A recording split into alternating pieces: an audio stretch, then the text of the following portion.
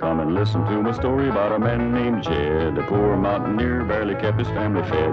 And then one day he was shooting at some food, and up through the ground come a bubbling crude oil, that is, black gold, Texas tea.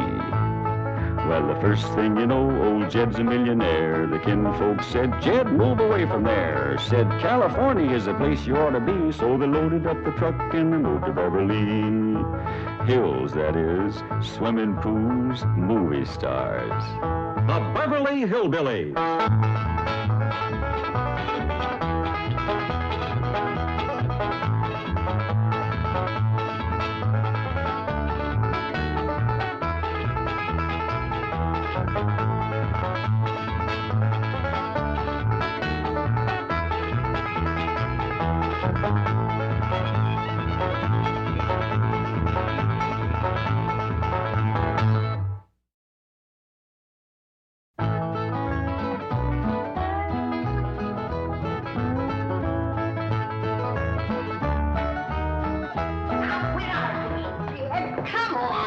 There's a lot of darn nonsense. Come on, it ain't no such thing. Now, it ain't gonna hurt you none. I got things to do. The first thing you gotta do is sit down here and get your hair cut. My hair don't need cutting. If it gets any longer, I'll have to braid it. I declare, you fight hair cutting like a steer fights branding. Well, the last time you cut my hair, you did brand me. How did I know somebody poured hot gravy in my bowl? Smarted considerable. Sure plastered your hair down nice, though. No, I might go to selling that stuff. Gravy? Sure made your hair look mighty sprucey. Yes, sir. You were slicker than a peeled onion. Smelled like one, too. I'd go to selling that stuff. I could put an ad in one of them catalogs. If you want the girls to stop and stare, put Granny's gravy on your hair. All right, Granny, come on. Let's get on with it. Hey, Uncle Jed, you're getting your hair cut. Thanks for telling me, Jethro. Oh, that's all right. Sure is, Jethro. What's going on? Is there going to be a wedding or something? I could be, the way that Sonny Drysdale is a sparking Elly mate. Oh, he's with her right now, up by the cement pond. I better get right out there and keep an eye on him. Now, you sit still and leave those young'uns alone. Can't you remember how it was when you was a boy? Yeah. I better get right out there. It's broad daylight. And besides, they swimming. No, they ain't. He's a sitting on the bank, and he's a holding her hand. What an interesting hand you have. I see a man, a handsome Harvard man. Where? Right there on your heart line. Oh, that's just the one I got from picking up toes. Elly, you mustn't let horrid, slimy creatures touch you. Oh, heck, you ain't slimy, Sonny. Just a mite greasy from all that oil you smear on yourself. What a precious paradox you are. What a charming contradiction. You look pure Park Avenue and you speak pure Tobacco Road. That good? Good, it's fascinating. You're a challenge to me, you child of nature. You are the raw clay from which I will mold a perfect woman, worthy of a perfect man. Me. You know Shaw's Pygmalion? I don't even know Shadow, let alone his pig. Oh, you woodland sprite! You forest little bird. You are so refreshing after all those intellectual types of Vassar and Wellesley. You make me feel superior. That good? Good? It's divine.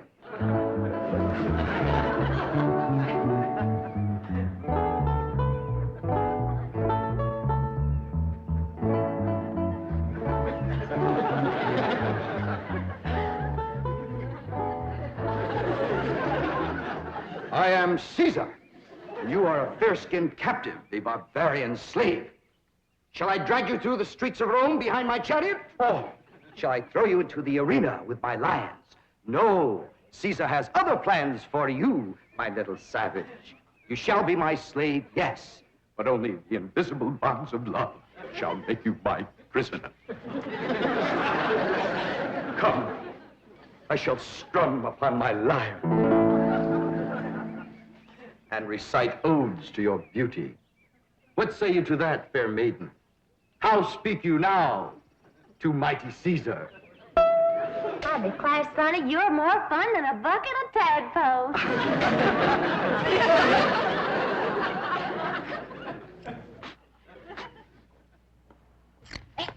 Sit still, I'm liable to lop off a ear. Well, doggone it, Granny, hurry up. I gotta get out there and keep an eye on Sonny and Elly. You want me to go out and see what they's up to, Uncle Jed? Now, you just sit still, the both of you. I'd expect Elly May to get a husband if you don't let the boy spark her. Well, Elly ain't never been learned about such things. Jed, sparking is like breathing. You don't learn to do it. Somebody slaps you and you go at it. Boy slaps. Now, I declare you're wiggling worse than a worm in a bait bucket. You want your daughter to be an old maid? Of course not. Next year she'll be too old to get a husband. She's almost 18. Ain't that old? Sure is. She done waited too long, Uncle Jed. Why, no boy wants to marry up with a middle-aged woman. Elly May can get herself a husband anytime she wants to. Why, she's the purtiest and... Now, don't get your old feathers riled up, you old rooster, you. Elly May'll be all right if you just leave her alone. Well, I ain't sure Sonny Drysdale's good enough for her. He's considerable older than she is. Well, don't worry about that, Uncle Jed. His family lives a heap longer than most folks. Yeah? Yeah. Sonny told me that there's been a member of his family a-living in Boston since 1632. Well, that rascal's over 300 years old. He was a-greening you. Yeah, you sure swallowed a whopper. No, ma'am. Sonny's honest. Why, he's so honest, he has to have somebody do his lying for him. Do his lying for him. Yes, sir. Why, I heard him call through the hedge to Elly. He says, I'm coming over to serenade you, and I'm gonna bring my liar. Veni, vidi, vici. The world lies conquered at my feet. And yet, I tremble at the nearness of this flaxen-haired barbarian. Could it be that the invincible Caesar is about to be vanquished? Not by the spears and arrows of the Gallic tribes, but by Cupid's dart? Yes, fair maiden, you have done what your fierce kinsman could not. You have brought mighty Caesar to his knees. Come, I will take you to my palace, and there compose odes to your beauty. See yon window. 'Tis the emperor's suite. There I shall woo you.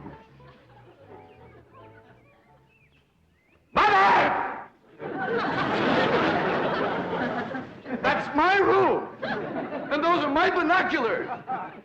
You're not supposed to spy on the emperor. What are you trying to tell me, Sonny? Mumsy can see you, but she can't hear you.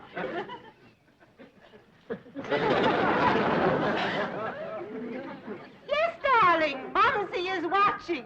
You look magnificent, like Apollo, the god of manly youth and beauty, the god of poetry and music. Look out! You're getting near the water. Be careful. Wait! Mommy will get your inner tube.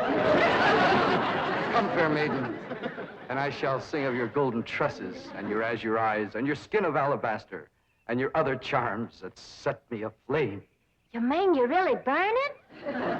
Yes, dear one, and only you can put out the fire. Okay.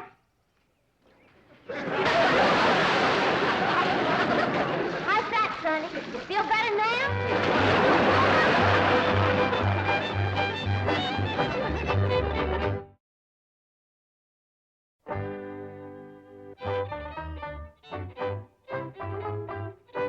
All right, Jethro, you're next. Oh, hi, Elly May. Where's Sonny? Well, he run home to his mama. You didn't throw him down and hurt him again, did you? Don't you know, Pa? He caught fire, so I wetted him down in the pond. Sound like you done the right thing. How'd you catch fire? He said it was my charms that set him to burning. What charms was you toting? Well, just my sack of crawdad bones and my buckeye. You never heard of crawdad bones and a buckeye starting a blaze? What happened to your rabbit's foot? I didn't have it.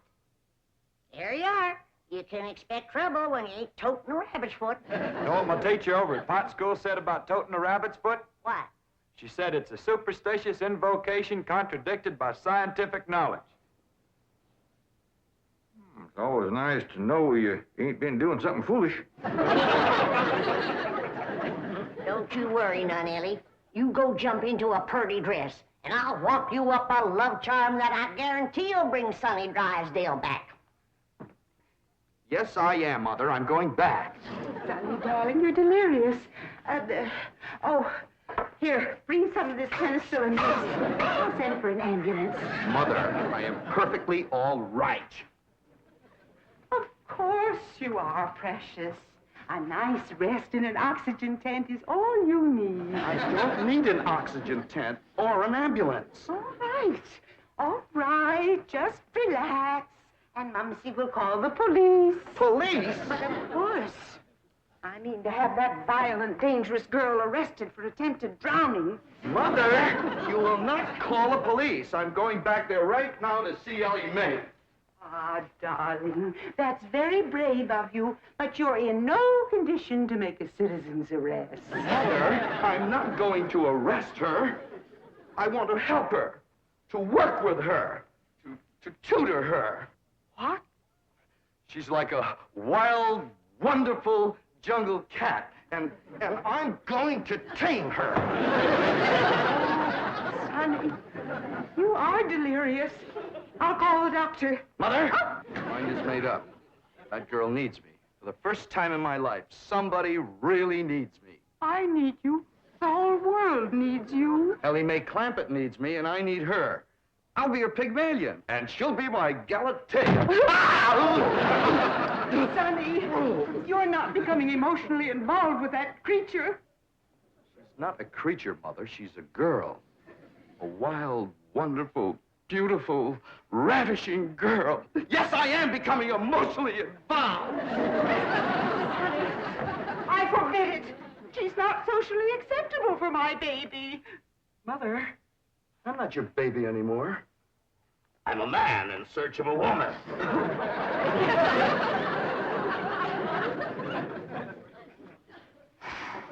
Where did he learn that language?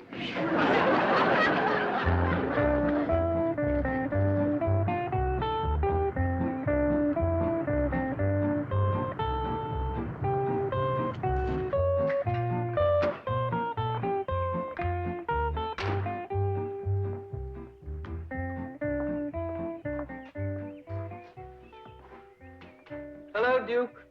You noble veteran of the chase. Are you homesick for your forest paths and mountain trails? You look like a cashier waiting for the bank examiners to arrive.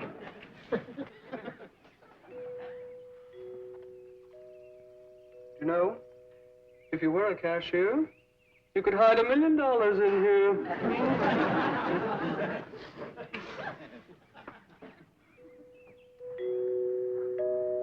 There goes that music again. Jethro, did you ever find out where that's coming from? No, sir, I didn't. Every time I went to looking for it, somebody always come to the door. This time I'm gonna find it for sure. You see? Oh, bonjour, Jethro. Oh, howdy, Miss Hathaway. No. When I say bonjour, Jethro, you say bonjour, Mademoiselle Jane. Now say it. Bonjour, Mademoiselle Jane. Bonjour, Mademoiselle Jane. That's very good. Except for the mwah sound. Must be soft. Mwah. What?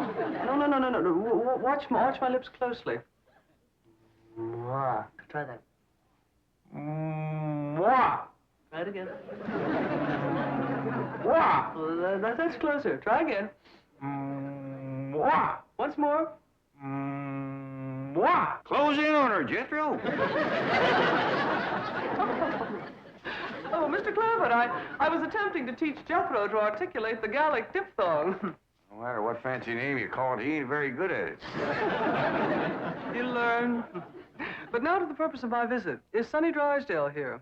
No, but he will be. Granny's out in the kitchen whomping up a love charm for Elly to give to him. She said it'll bring him on the run. Mr. Clabber, I am reluctant to disillusion you about so-called love charms, but they are mere superstitious invocations and have been proved to be completely ineffective. Granny sets great store by him.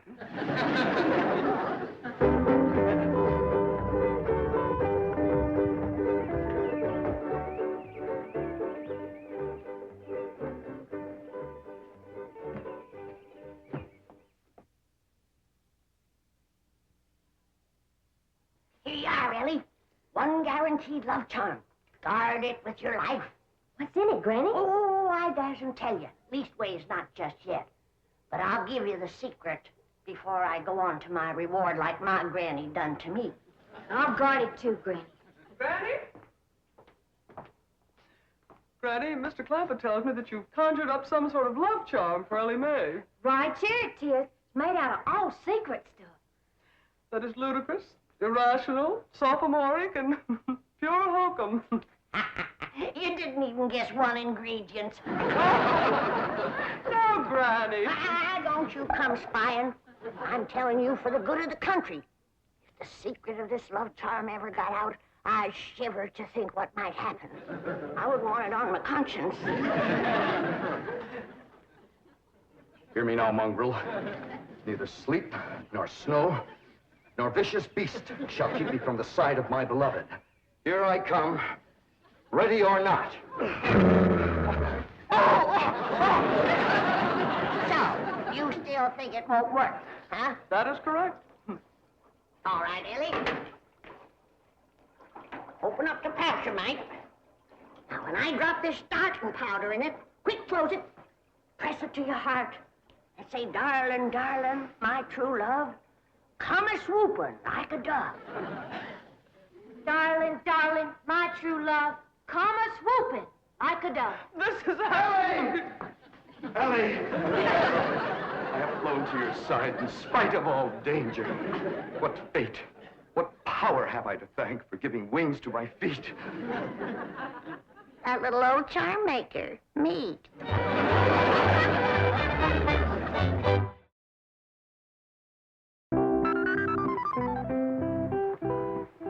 And now we shall begin the transition from Tobacco Road to Park Avenue.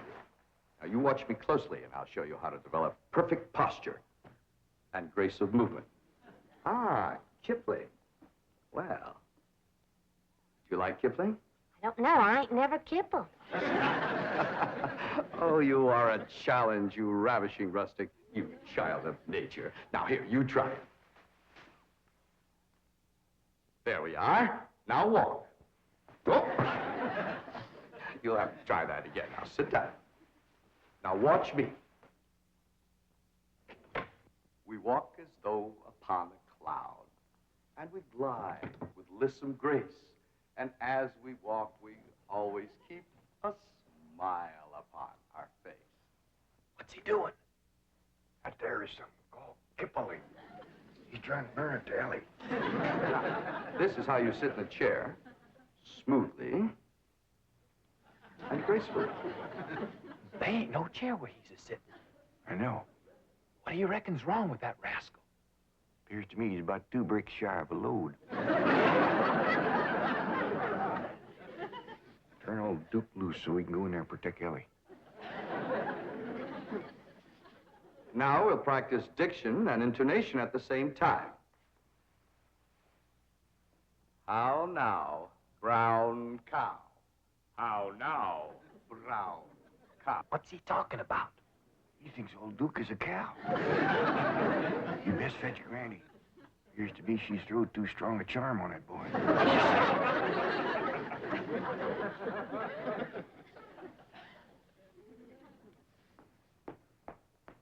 There you are. One guaranteed charmer. Now, you hold the bag while I sift in the starter. I know this is all a lot of absolutely ridiculous nonsense. Please hurry. Darling, darling, my true love, come a-swooping like a dove. I better open this door before he busts it in. Miss Jane! Here he is. Granny's love charm is too strong. Don't fight it. It's bigger than both of us. Circled on me. Granny, come quick. The love charm you throwed on Sonny Drysdale was too strong for him. Thank you, Granny. How now, brown cow? How now, brown cow? How now, brown cow? How now, brown cow? How's it going, Uncle Jed? Bad. Now he's got Elly believing old Duke is a cow. Break the charm, Granny? I reckon so. I'll sprinkle him with some let-go powder. While you're at it, will you sprinkle some on Miss Jane? She's shutting off the blood to my arm. How now, brown cow? Secret powder, white as snow, make the charm of love let go.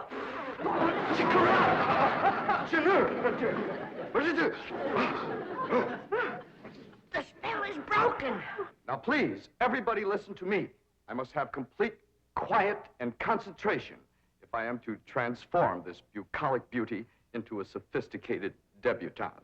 Now, I have studied drama at Yale, Harvard, Princeton, and Dartmouth, and I am probably the only living man who can accomplish this difficult cultural metamorphosis in the brief time available.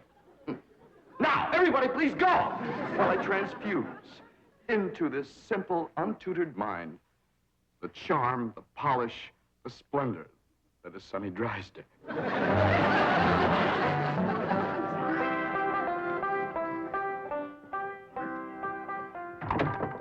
Jed?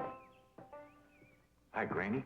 Is Elly and Sonny still in that room alone? It was the last time I was listening, a couple hours ago. They was talking about the rain in Spain, a land in the plain. Well, I guess they can't be up to no nonsense if they're talking about the weather. Doggies, I can't wait to see Elly all polished up and talking like Sonny and Miss Jean. While you're waiting, I got something for you. What is it? A love charm. What in the Sam Hill I want with that? It ain't what you want, it's what you're getting, a woman. And it's high time you got one, being a widower.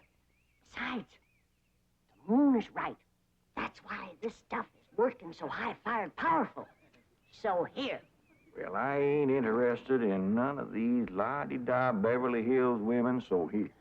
Well, they're interested in you, so here. Who said? Jethro says. Jethro don't know nothing, so here. I reckon Jethro ought to know what's going on in his own school. Besides, I saw her making sheep's eyes at you, so here. You caught who making sheep's eyes at me? Mrs. Millicent Schuyler Potts, that's who. Oh, now. You did? Educate a woman like that? Jethro says she asks for you every day. Oh, what she want with an old mountain goat like me? If I was to put a little starting powder in there, and you was to say the magic words, no woman could resist you. Oh, I don't hold with stuff like this. You're scared, ain't you? Oh, I ain't a scared. Then go ahead. I double dog dare you. Well, Open the pouch, you might. well, this is just a lot of doggone nonsense. Close it tight, clamp it to your heart, and say the words.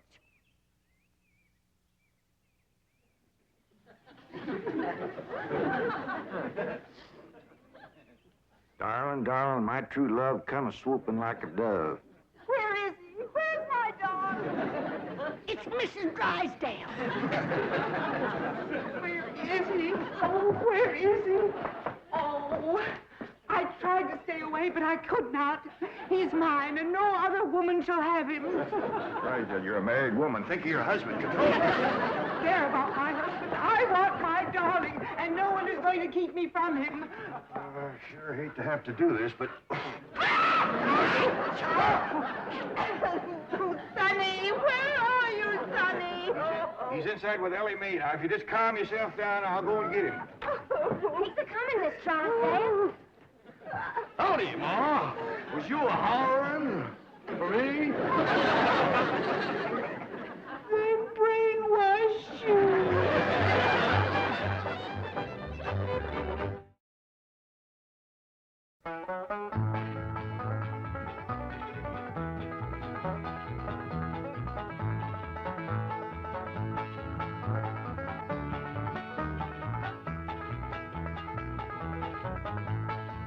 it's time to say goodbye to Jed and all his kin.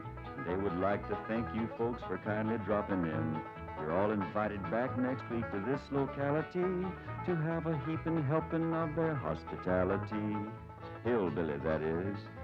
Set a spell. Take your shoes off. Y'all come back now, dear.